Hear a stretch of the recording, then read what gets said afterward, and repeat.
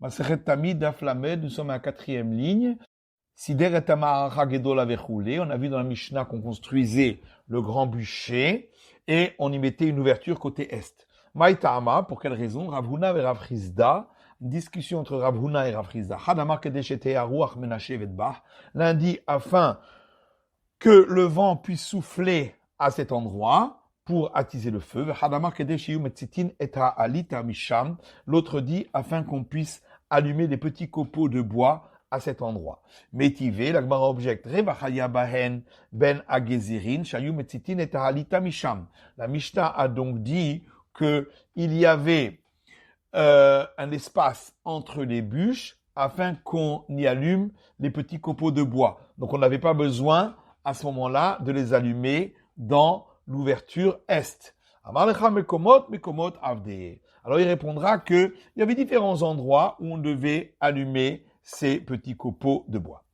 Troisième chapitre, Matnitin, la Mishnah dit, le préposé du temple disait au prêtre, Bou verafissou, venez participer au tirage au sort, Mi hashochet, qui déterminera qui fera l'abattage rituel du sacrifice quotidien du matin, ou Mi hazorek, qui en fera l'aspersion du sang, Mi medeshen misbeach hapenimi, qui va enlever la cendre de l'autel interne, Mi medashen et amenora, qui va enlever les cendres du candélabre, Mi maale evarim la kevesh, qui va monter les membres du sacrifice sur la rampe de l'autel. Arosh ve'aregel shelimine, le premier y a apporté la tête et la patte arrière droite, Ushte hayadaim, le suivant les deux pattes avant, ve'aoketz ve'aregel shesemol, le suivant l'arrière et la queue avec la patte arrière gauche, hachazé ve'hagera, le suivant la poitrine et le thorax, Ushte defanot, le suivant les deux flancs, hakirvaim, le suivant les entrailles, ve'hasolet, le suivant l'offrande faite avec la fleur de farine, ve'achavitin, le suivant l'offrande du grand prêtre qui était constituée de pain frit dans une poêle, ve'hayain, et le suivant le vin pour les libations. Et fissou, ils ont donc tiré au sort, zacha mishezacha, les différents services ont été octroyés à ceux qui ont été tirés au sort. Amar lahen, alors le préposé leur dit, Tseu ureu imigia zeman shrita, sortez et regardez s'il est arrivé le moment de faire l'abattage rituel du sacrifice du matin. Imigia, si le moment était arrivé, haro et omer barkai, alors celui qui voyait les lueurs du matin disait, ça s'est illuminé. Mathia ben Shmuel Omer, Mathia fils de Shmuel disait, Heir pene kol mizrach, qu'il devait dire que tout l'horizon est s'est éclairé, Ad shehu bechevron, alors on lui demandait jusqu'à la ville d'Hébron, Veomer en, et il répondait oui. Amar lahen, alors l'intendant, le préposé du temple leur disait, Tseu ve'aviu tale milishkat atlaim, sortez et amenez l'agneau de la salle des agneaux. Varedishkat atlaim nituna b'miktsor tsefonit ma'aravit. Or, la salle des agneaux se trouvait sur le coin nord-ouest de la maison de l'âtre. Arbar leshakot hayusham. Dans cette maison, il y avait 4 salles. Achat dishkat atlaim. L'une était la salle des agneaux. Vachat dishkat ahotamot. L'une, la salle des sceaux, pour que ceux qui payaient pour acheter les offrandes reçoivent de cette salle un reçu scellé avec un sceau pour aller chercher leurs offrandes. Vachat dishkat bet hamoked. L'une était la salle de la maison de l'âtre, et l'une était la salle dans laquelle on faisait les pains de proposition.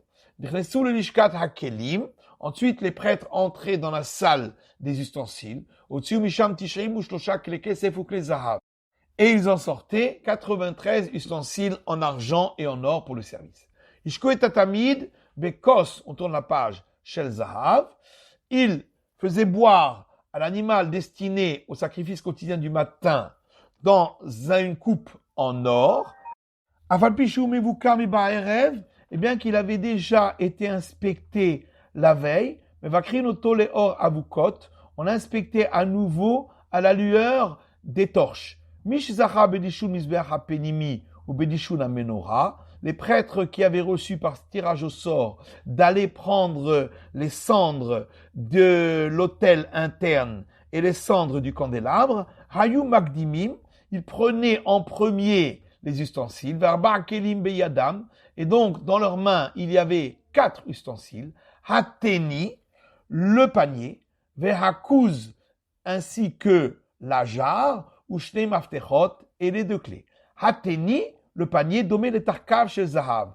Il ressemblait à l'ustensile qui contient un volume de 3 caves, et il était en or. Mahazik kabayim vachetzi, et il contenait 2 caves et demi.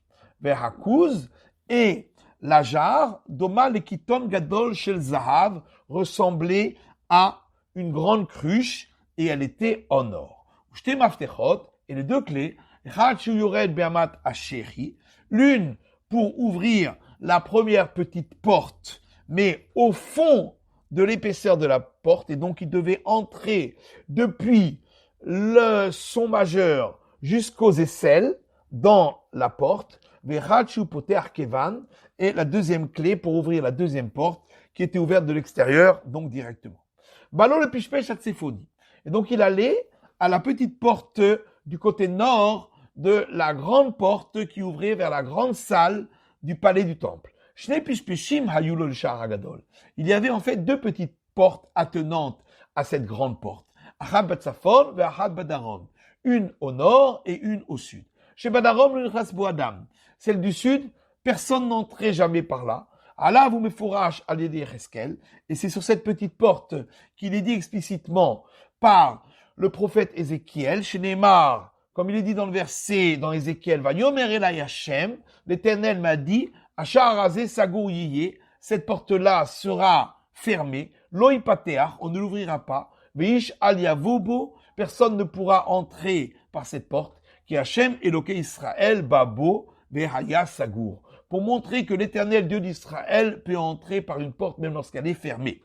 Natal et Amafteach, donc il prenait la clé, ou patar et tapishpesh, il ouvrait la petite porte, venichnas le hatta, et il entrait dans le sas, ou mehatta la echal, puis du sas, il entrait dans la grande salle du grand palais du temple, Hachemagiar le sha'ar hagadol, et il allait à la grande porte, Giar le sha'ar hagadol, lorsqu'il arrivait à la grande porte, He'avir et nagar, il enlevait la grande barre, ve'eta potachot, et les verrous, ou pas trop, et il l'ouvrait.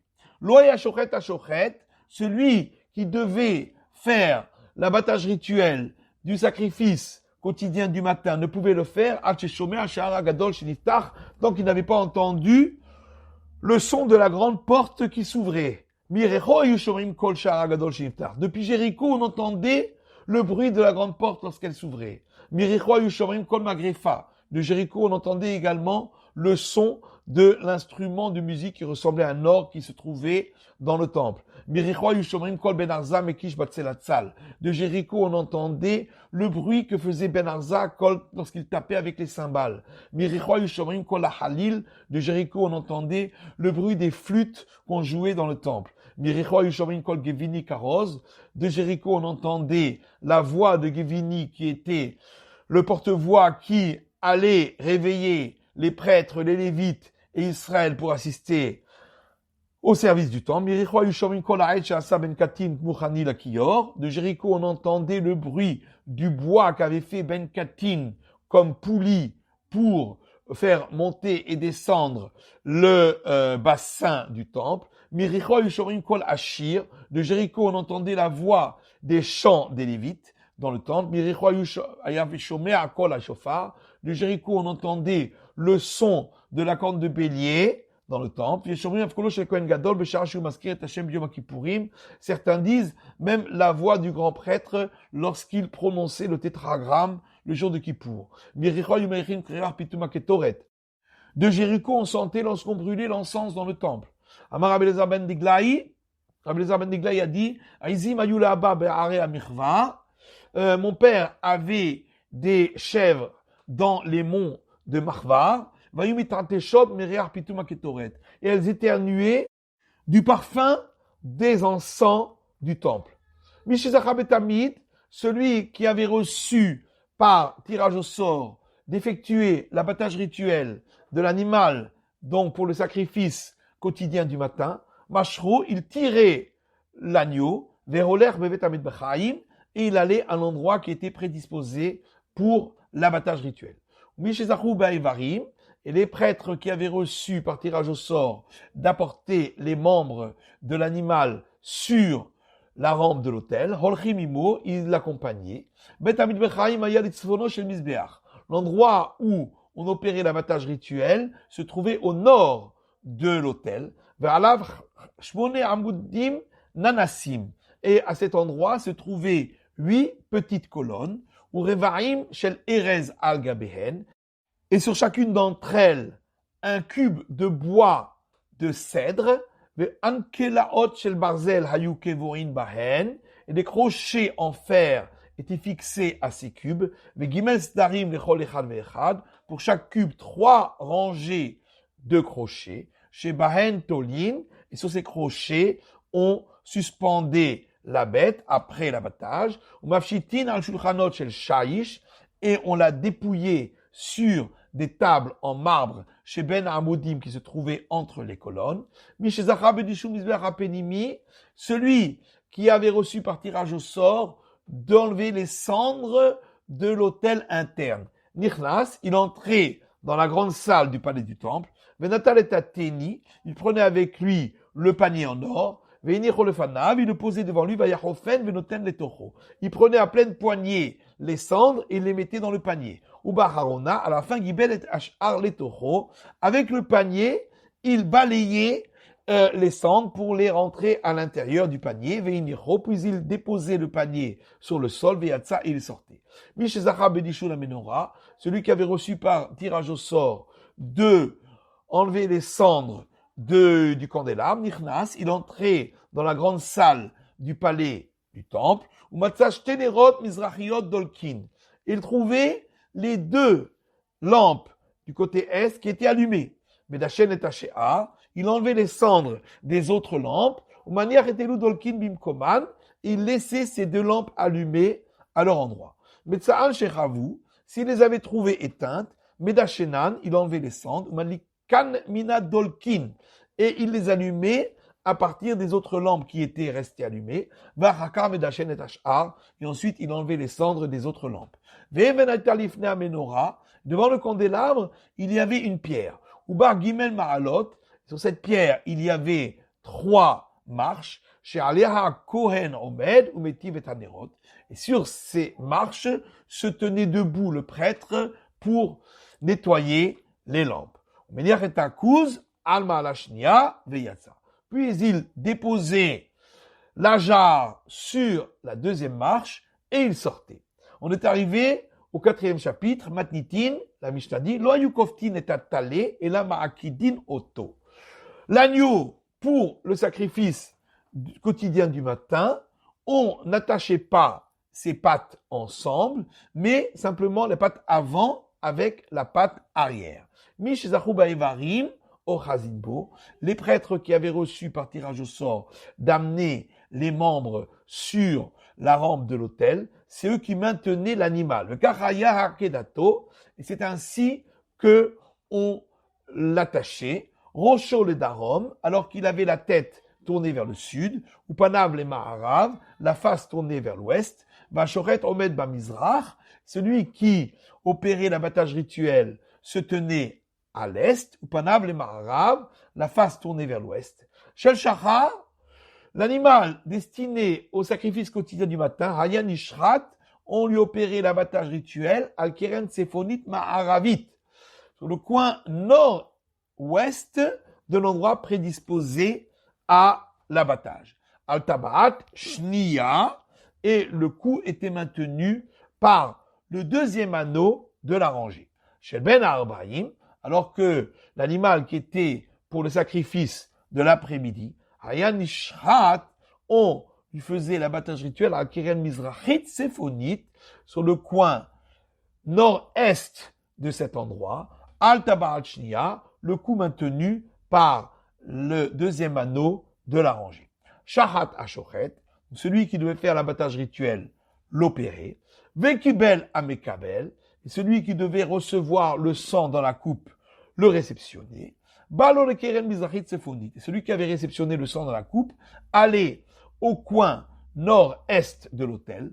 Venoten Mizracha Tsafona. Et il aspergeait le sang sur le coin afin que le sang puisse atteindre le côté est et le côté nord de l'autel. Ma'aravit Deromit, puis il allait au coin sud-ouest, Venoten Ma'arava d'Aroma, il aspergeait le sang sur le coin afin que le sang puisse atteindre les parois ouest et sud de l'autel. Shirei Adam Ayashofer Al-Yesod Deromit, et le reste du sang était déversé sur le socle sud de l'autel. C'est la fin de l'étude de la feuille 30.